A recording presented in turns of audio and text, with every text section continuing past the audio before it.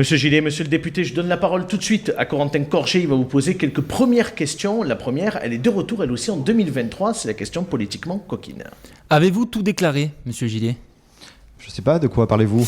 Et je parle comme tous les élus, et encore davantage pour les députés et les sénateurs, de déclarer à la haute autorité pour la transparence et la vie publique tout ce qu'il faut déclarer. Tout à fait, oui, j'ai tout déclaré, c'est en ligne, c'est la loi et je respecte la loi.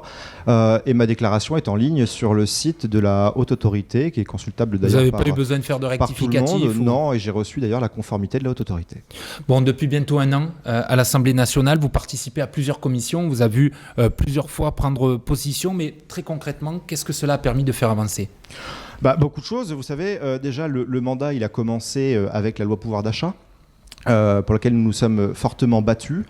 Nous avons obtenu certaines avancées. Nous avons réussi aussi à imposer dans le débat démocratique des sujets qui étaient... Sur quel sujet, pour nous donner un peu des exemples on a par exemple réussi à obtenir la demi-part fiscale pour les veuves d'anciens combattants. On a réussi à obtenir la fin de la taxe sur l'audiovisuel public. Voilà, ce sont des mesures concrètement que nous avons réussi à obtenir. C'était annoncé par Emmanuel Macron lors de la présidentielle.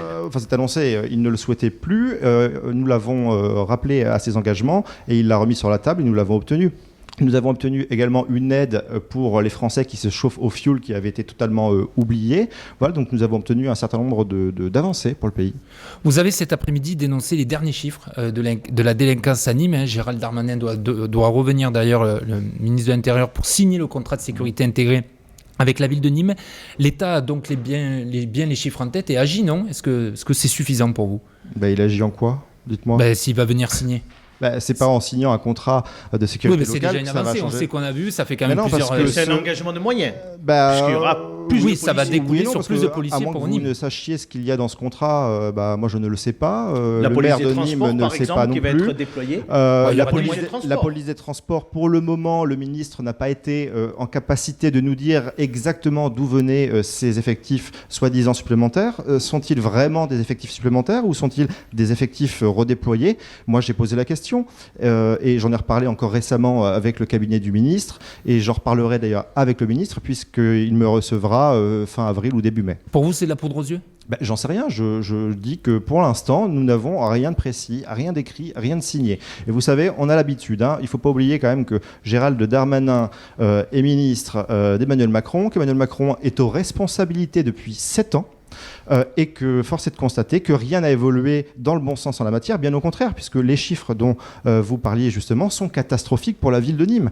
J'ai plus tous les chiffres en tête, mais en gros, c'est une augmentation à 2 chiffres pour l'ensemble des délits et de la délinquance en règle générale sur Nîmes. Donc il y a bien un problème réel en matière de sécurité qui a été nié pendant de longues années. Moi, je vous le rappelle, ça fait des années que je dénonce cette montée de l'insécurité à Nîmes, ça fait des années que l'on me répond que ce que je dis est faux, mais ça fait des années que les chiffres me donnent raison. Est-ce que pour vous, la police ne fait rien ? Parce que le DDSP, le directeur départemental de la sécurité publique, était sur ce plateau, ici même, mercredi dernier. Il nous a relaté les interventions, la mobilisation des forces de l'ordre sur le territoire nîmois, le démantèlement également de trafic de stupéfiants. Mais le débat n'est pas là. Les forces de l'ordre font un travail remarquable. Les forces de l'ordre font tout ce qu'elles peuvent faire avec les moyens qu'elles ont, avec les effectifs aussi qu'ils ont. Moi, je ne suis pas de ceux qui critiquent la police, bien au contraire, je sais le travail important qu'ils font. Je ne me comporterai pas comme les élus d'extrême gauche qui passent leur temps à taper sur la police. Non, la police en France fait un travail remarquable, mais encore faut-il... Mais ils n'en font pas assez, selon vous. S'il y a les chiffres qui explosent de la délinquance mais à ils ne Nîmes. sont pas assez nombreux. Pour vous, c'est qu'un manque de moyens ? Oui, c'est un manque de moyens et c'est aussi un problème du laxisme judiciaire. Il faut être clair aujourd'hui, la justice n'est pas assez sévère. Non pas que les juges ne veulent pas être assez sévères, mais parce que le législateur n'a pas prévu des peines assez lourdes. On va donner la parole tout de suite à nos sociétaires. Vous les avez déjà un peu titillés. On va commencer avec Béatrice. Oui, Monsieur Gillet, bonjour. Bonjour. Je voudrais vous entendre par rapport à la visite qu'a fait Carole Delga la semaine dernière avec des lycéens. Elle les a emmenés en Pologne voir le camp d'Auschwitz. Je la cite, c'était dans le Midi Libre. On lui demande pour quel message elle a voulu faire passer. Et elle répond « Je veux leur dire que l'être humain peut produire le meilleur mais aussi le pire. Le pire, c'est celui de l'extrême droite. Je veux rappeler que le vernis de respectabilité dont essayent de s'habiller les élus d'extrême droite n'est qu'une usurpation, un mensonge. que c'est l'extrême droite qui conduit à ces régimes fascistes et nazis qui ont gazé et tué des millions de personnes parce que juifs, homosexuels, tziganes, handicapés. Je cite Carole Delga dans le Midi Libre de ce week-end. Comment réagissez-vous à ces paroles ? Il y a deux choses. La première, c'est que oui, moi je pense qu'il est important d'éduquer notre jeunesse et de leur faire comprendre qu'on a une histoire et que dans cette histoire, il y a eu des choses monstrueuses qui ont été faites. Et donc, je pense qu'il est important aussi de rappeler l'histoire de notre pays à la jeunesse. En revanche, ce qu'essaie de faire Carole Delga, c'est de faire un amalgame très clair, politique, qui n'est pas du tout justifié au sens de l'histoire, mais qui, malheureusement, n'est pas surprenant de sa part. Elle essaie politiquement de faire passer les élus du Rassemblement national pour les gens d'extrême droite. À des propos que vous avez tenus dans le passé, notamment par Jean-Marie Le Pen. Je suis un élu du Rassemblement national. Je ne suis pas un élu d'extrême droite. Je n'ai rien d'un fasciste. Je n'ai rien d'un nazi. Est-ce que le Rassemblement national a changé, Yohann Gillet ? Il a évolué. Est-ce qu'il est toujours en phase avec les valeurs qui vous ont donné envie de les rejoindre il y a de nombreuses années quand c'était Jean-Marie Le Pen qui était à la tête Oui, tout à fait. Mais le parti a évolué, comme tous les partis ont évolué. Mais notre parti politique n'a jamais eu de lien, ni de près, ni de loin, avec l'idéologie dont parle Carole Delga. Pourtant, il a été créé par des anciens Waffen-SS. Non, mais on ne va pas rentrer dans l'histoire, s'il vous plaît. Oui, parce que vous racontez tout et n'importe quoi. Mais on pourrait peut-être aussi regarder, il y a 100 ans, du côté des ancêtres de votre parti également, ce qu'ils faisaient, ce qu'ils soutenaient, etc. Écoutez, on ne va pas rentrer dans ce jeu-là, c'est ridicule. Allez, votre question, Nicolas, à notre invité. Moi, j'avais une question plutôt nationale. Je voulais vous demander, Monsieur Gillet, qu'est-ce que ça fait d'être rentré dans le rang ? Parce que vous criez avec les loups, avec la Macronie, sans cesse, vous répétez à tort et à travers les éléments de langage qu'on peut entendre de la part des ministres, mais aussi de tous les élus macronistes, en parlant d'extrême gauche, alors que nous ne sommes pas d'extrême gauche, en parlant de terroristes verts, en utilisant toute une forme de sémantique qui est un glissement réel et intellectuel. J'aimerais savoir ce que ça fait d'hurler avec les loups, au final de devenir l'alternative au système que vous prétendez dénoncer, pour pas dire son refuge terminal, son assurance vie. Qu'est-ce que ça fait d'être rentré dans le rang ? Monsieur, vous caricaturez les choses. Et vous êtes, vous et vos amis, les idiots utiles d'Emmanuel Macron. Parce que, à part gueuler, à part mettre le bazar, vous ne servez strictement à rien. Vous avez été ceux, d'ailleurs, qui ont fait élire Emmanuel Macron, en votant pour lui au second tour de l'élection présidentielle. Donc venir nous reprocher à nous, aujourd'hui, de, soi-disant, être complaisants avec Emmanuel Macron, alors même que nous sommes les seuls à le combattre réellement, c'est quand même fort de café. Je vais vous prendre un exemple concret, cette réforme des retraites. Premièrement, vous avez refusé de voter la motion référendaire que nous présentions, alors même que vous présentiez la même, mais c'est la nôtre qui avait été sélectionnée par tirage au sort, tout simplement. Si la vôtre avait été tirée au sort, nous l'aurions votée, évidemment, parce que c'était mot pour mot la même chose, c'était soumettre au peuple, par un référendum, cette réforme des retraites. Ensuite, vous avez bloqué le débat démocratique en déposant 18 000 amendements, faisant en sorte que le texte ne puisse pas être voté et qu'on ne puisse pas arriver au bout de ce texte à l'Assemblée nationale, alors même que nous avions une majorité de blocage sur cette réforme. Le groupe du Rassemblement national a déposé 3 amendements par député. Vous n'êtes pas pété une clavicule sur le sujet de l'opposition. Mais attendez, c'est quoi le but ? C'est de faire du chiffre ? C'est toujours le sens de la formule. Le but en réalité, quelle était la stratégie parlementaire de la NUPES ? Et je vais vous l'exposer avec calme. C'était de déposer des amendements afin de mettre les ministres face à leurs contradictions. D'ailleurs, c'est comme ça que nous avons découvert la supercherie sur les 1 200 € pour tous les retraités. C'était faux. Nous avons mis les ministres en face de leur responsabilité. C'est faux. C'est Marine Le Pen qui l'a révélé et c'est votre collègue Madame Panot qui a repris ensuite en boucle. C'est faux. Vous savez réécrire l'histoire, c'est dans votre ADN. Vous racontez tout et n'importe quoi. Parce que mettre des sujets sur la table, au devant, à travers les amendements, c'est important et c'est ce que nous avons fait avec les 300 amendements que nous avons déposés. Nous avons déposé des amendements de fond, abordant des sujets concrets. Vous avez déposé des amendements parlant de salade verte, retirant une virgule à tel ou tel article, rajoutant un point, mettant une majuscule à tel texte. De l'aveu même du gouvernement, le gouvernement ne souhaitait pas aller au vote justement parce qu'il n'avait pas de majorité. Nous l'avons contraint à utiliser le 49.3. Nous l'avons contraint à utiliser le 49.3 parce qu'il n'avait pas de majorité. Donc, vous assumez finalement vouloir créer Empêcher que cette zizanie. réforme s'applique, oui, nous l'assumons. Mais non, vous n'avez pas empêché cette réforme. Au contraire, elle est en train et elle risque de s'appliquer à cause de vous. Parce que nous aurions très bien pu non seulement soumettre au peuple par voie d'un référendum cette réforme des retraites, non seulement réussir à la bloquer avec un vote contre clair et massif dans les rangs de l'hémicycle. C'est faux, il n'y avait pas de majorité. On va pas refaire. De toute façon, vous étiez d'accord, vous auriez voté contre. Non, parce qu'en réalité, on va pas refaire toute l'Assemblée nationale. De toute façon, c'est au Conseil constitutionnel aujourd'hui. Oui, mais pour on va patienter 15 jours. Et nous avons d'ailleurs déposé un recours au Conseil constitutionnel.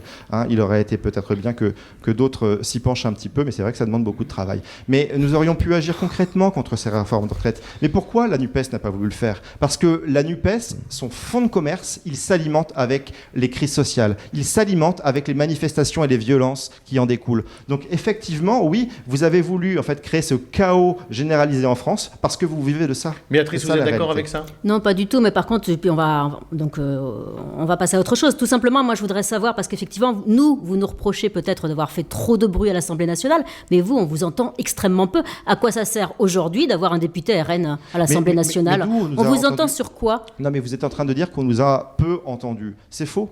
On a défendu 100% de nos amendements. En revanche, c'est vrai que quand vous déposez 18 000 amendements, la règle... Non, mais j'ai dit qu'on passait à autre chose. Justement, je voudrais que vous parliez, vous, du RN. Au sein de l'Assemblée nationale, eh bien, effectivement, veut que ce soit le rédacteur de l'amendement... Vous étiez absent à toutes les commissions, mais ce n'est pas grave. Vous Pardon, dites que absent Non, mais... non seulement on ne vous entend pas, mais en plus, on ne vous voit pas. On ne vous voit pas dans les commissions de travail. Je suis présent à l'ensemble de mes commissions. Je suis présent ce n'est pas le cas de tout votre groupe. Systématiquement dans l'hémicycle. Et nous sommes le premier groupe en termes de présence à l'Assemblée nationale. C'est loin d'être le cas de vos élus. Allez, on avance, Corentin. Oui, on va parler de votre rôle député. Local. Exactement, au niveau local, il n'y a pas que l'Assemblée. Depuis votre prise de mandat, vous allez à la rencontre des maires et des chefs d'entreprise. Quel accueil vous est réservé ? Très bon, parce que tout simplement, j'ai affaire à des gens qui ont envie de faire avancer leur territoire, comme moi j'ai envie de faire avancer mon territoire. Donc je fais même avec énormément... votre étiquette Rassemblement National ? Mais bien sûr, mais vous savez, j'ai été élu par le peuple, c'est la démocratie. Les maires, les associations. Non, on a eu des maires qui sont venus sur notre plateau qui ne veulent pas travailler avec, qui ne veulent pas rencontrer des députés Rassemblement National. Votre collègue Pierre Meuret en fait les frais. En attendant, moi j'ai rencontré tous mes maires. Écoutez, peu importe, on est là pour faire avancer notre territoire. Et moi, c'est ce que je fais. Moi, vous êtes allé voir M. Desclous, qui sera juste après avec vous, le maire de Millau ? Je l'ai rencontré à plusieurs reprises, à la fois pour travailler et parler et échanger sur les nombreux projets qu'il porte au sein de sa commune, pour lui proposer également mon soutien s'il avait besoin. Je vais également aux événements associatifs sur l'ensemble des communes de ma circonscription, y compris à Millau. On se croise régulièrement d'ailleurs avec monsieur le maire sur les lotos par exemple, mais moi je suis présent un maximum sur le terrain parce que ça fait partie de mon job. Moi je dois être sur le terrain au contact des électeurs pour qu'ils puissent me faire remonter leurs problèmes, pour que je puisse enrichir mon travail parlementaire. Philippe Berta, qui était à votre place il y a quelques jours, disait qu'il est sollicité sur toutes les circonscriptions pour faire remonter des demandes auprès du gouvernement parce qu'il fait partie de la majorité. Monsieur Samari, vous ne servez pas à grand-chose, y compris localement. Vous savez comme moi que M. Berta donne des excuses parce qu'il n'est ni présent en circonscription, ni dans le Gard, ni à l'Assemblée nationale. Et d'ailleurs, les statistiques sont publiques et sont disponibles sur le site de l'Assemblée nationale. Non, c'est faux, parce que faire avancer des projets, on y arrive. Moi, je porte des projets locaux et même si je suis dans l'opposition, je suis un député de la Nation, je représente les Français. Et en cela, oui, effectivement, j'ai des portes qui s'ouvrent et je peux aller défendre des projets. Je rencontre prochainement le cabinet, par exemple, de la ministre de la Culture pour aider une compagnie qui a besoin d'aide en la matière. Je rencontre prochainement, où il viendra peut-être d'ailleurs, le ministre de la Ville et du Logement pour parler de l'ANRU et du dispositif NP ANRU qui a été oublié pour certaines communes. Les ministres vous écoutent ? Oui, je le crois, oui. Je ne dis pas qu'ils vont me donner raison sur tout, évidemment. On a des points de vue aussi parfois différents. En l'occurrence, sur les dossiers de bon sens, sur les choses concrètes, je pense qu'il y a une volonté d'avancer, tout simplement. Pourquoi vous ouvrez une deuxième permanence et pourquoi vous avez choisi de l'ouvrir à Nîmes ? Parce que ma circonscription va de Nîmes à Beaucaire. J'ai ouvert rapidement une permanence à Beaucaire. Je n'ai pas encore de permanence sur Nîmes, mais je souhaite pouvoir mailler l'ensemble du territoire. Est-ce que c'est pour préparer 2026 ? Écoutez, on n'en est pas là, en tout cas. Non, mais est-ce que vous y réfléchissez ? Est-ce que ça fait partie d'une stratégie à plus moyen terme ? En tout cas, j'aurai ma part à jouer à Nîmes, d'une manière ou d'une autre, laquelle je n'en sais rien, mais en tout cas, je ne lâche pas les Nîmois, je passe énormément de temps sur Nîmes et je continuerai d'ailleurs. Et voilà, je serai présent en 2026 sous une forme ou sous une autre, mais je serai là. Oui, justement, pour prolonger la question d'Abdel, et on donnera la parole à Béatrice après, c'est vrai que là, on parlait, il y a un conseil municipal, on voit que c'est un conseil municipal un peu sous tension, on parlera de la fermeture de la poste de Gambetta, la mise en retrait d'un élu, il y a aussi l'attente de la décision de la Cour de cassation dans l'affaire de la CENIM concernant Franck Proust. Vous sentez qu'il y a peut-être un rôle à jouer pour vous, pour le RN à Nîmes en tout cas? Moi, je ne suis pas là à surfer sur les histoires des uns et des autres. Honnêtement, ça ne m'intéresse pas. Et d'ailleurs, vous ne m'avez jamais vu dans la surenchère sur les affaires médiatiques mais bon, c'est très bien qu'en politique, des uns et des autres. Quand une majorité vacille comme ça, c'est le moment pour les oppositions de... Écoutez, c'est pas mon mode de fonctionnement. Moi, à chaque fois que je me suis présenté à une élection, c'était pour présenter et proposer un projet concret aux électeurs. Oui, Voilà. mais vous savez que c'est difficile à Nîmes. Vous le savez. Oui, il y a un an, vous l'avez vécu, même si vous avez remporté votre élection aux législatives face à Françoise Dumas, elle est quand même arrivée en tête à Nîmes. Vous savez que les Nîmois ne veulent pas du Rassemblement national aujourd'hui c'est pas vrai, monsieur à la Samari. tête de la ville. C'est pas vrai. Et d'ailleurs, je vous donne rendez-vous aux élections européennes. On verra aussi quel est le poids du Rassemblement Oui, national. on parle sur les municipales. Élections très locales. On l'a vu aux élections présidentielles également, où nous étions. Est-ce que la seule un chance poids du fort. RN, pour la reformuler différemment de Corentin, est-ce que la seule chance du RN aujourd'hui, et je vous rappelle c'est le aussi- chaos à Nîmes?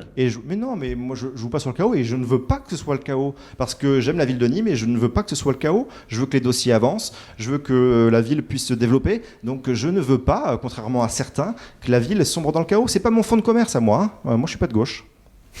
Béatrice, une dernière interpellation. Nicolas, Caricatural. rapidement, s'il vous plaît. Vous êtes aussi le député de Beaucaire, comme vous le disiez, où là, pour le coup, vous êtes dans la majorité. Quelle est votre stratégie de mettre en place depuis des années des repas à la cantine 100% porc pour être sûr qu'il y ait du porc à tous les replats, même dans les salades, vous mettez des lardons. Madame. Ah non, mon information, je la connais bien, puisque à l'époque où je non. m'occupais de la FCPE, on a même attaqué en justice Eh ben non, mais Beaucaire vous et vous c'est trompez, toujours en madame. cours. Et ce que vous dites est faux.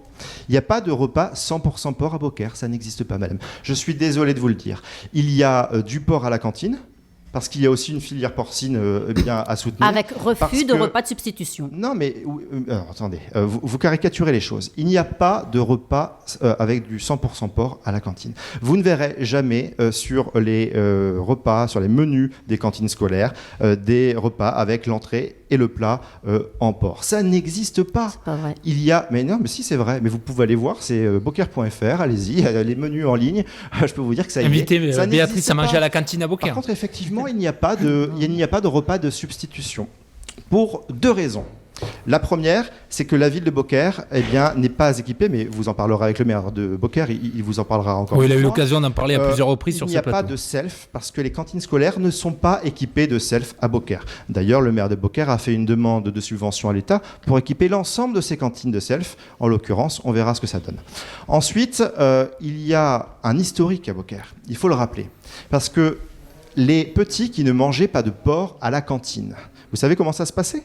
Parce qu'il n'y avait pas de self, il ne s'était pas organisé pour avoir un double repas, eh bien les petits étaient mis à part sur une table. C'est comme ça que ça se passait sous le précédent maire. Ils étaient sur une table spécifique pour ceux qui ne mangent pas de porc. Moi je suis désolé, on ne fait pas le tri dans les petits. On est dans une école laïque. On doit, si l'on veut manger à la cantine, c'est un service facultatif. Et en l'occurrence, ceux qui n'aiment pas le porc ne mangent pas le porc quand il y en a. Allez, Mais, Nicolas. vous savez, il y a 5 jours dans la semaine pour l'école. Il y a une fois par semaine un plat ou une entrée avec du porc. Point barre, ça s'arrête là. Il n'y a rien de choquant, vous savez. Nicolas, un dernier mot. Si j'avais, il y en aurait tellement à dire, mais sur le fond, le Rassemblement national, aujourd'hui, au niveau national, est un allié objectif et officiel de différents régimes en Europe. Je pense à la Pologne, je pense à la Hongrie. Les députés européens du Rassemblement national passent leur temps à défendre les positions qui sont prises au sein de ces pays. Des pays qui prennent un virage autoritaire sur la question du droit des femmes, sur la question du rejet de la justice, de l'état de droit, de la presse également et de sa pluralité. Moi, je crains un jour que s'il y avait un gouvernement du Rassemblement national, avec les alliés objectifs que constitue la Macronie aujourd'hui, puisqu'ils alimentent et ils mettent de l'huile sur le feu, je crains un jour que tous les outils les plus autoritaires de la Ve République soient utilisés à terme par le Rassemblement national pour mettre en œuvre en réalité ce qu'est leur projet de société, à savoir un projet de division. Voilà, c'est tout ce que j'avais à Allez, dire. un dernier mot pour clôturer cette interview. Monsieur, si je comprends bien, c'est vous qui donnez des leçons à la matière alors que vous ne respectez pas et que vos députés ne respectent pas nos La institutions. 5e République, oui, vous avez raison. Nous respectons nos institutions, nous sommes attachés à notre République.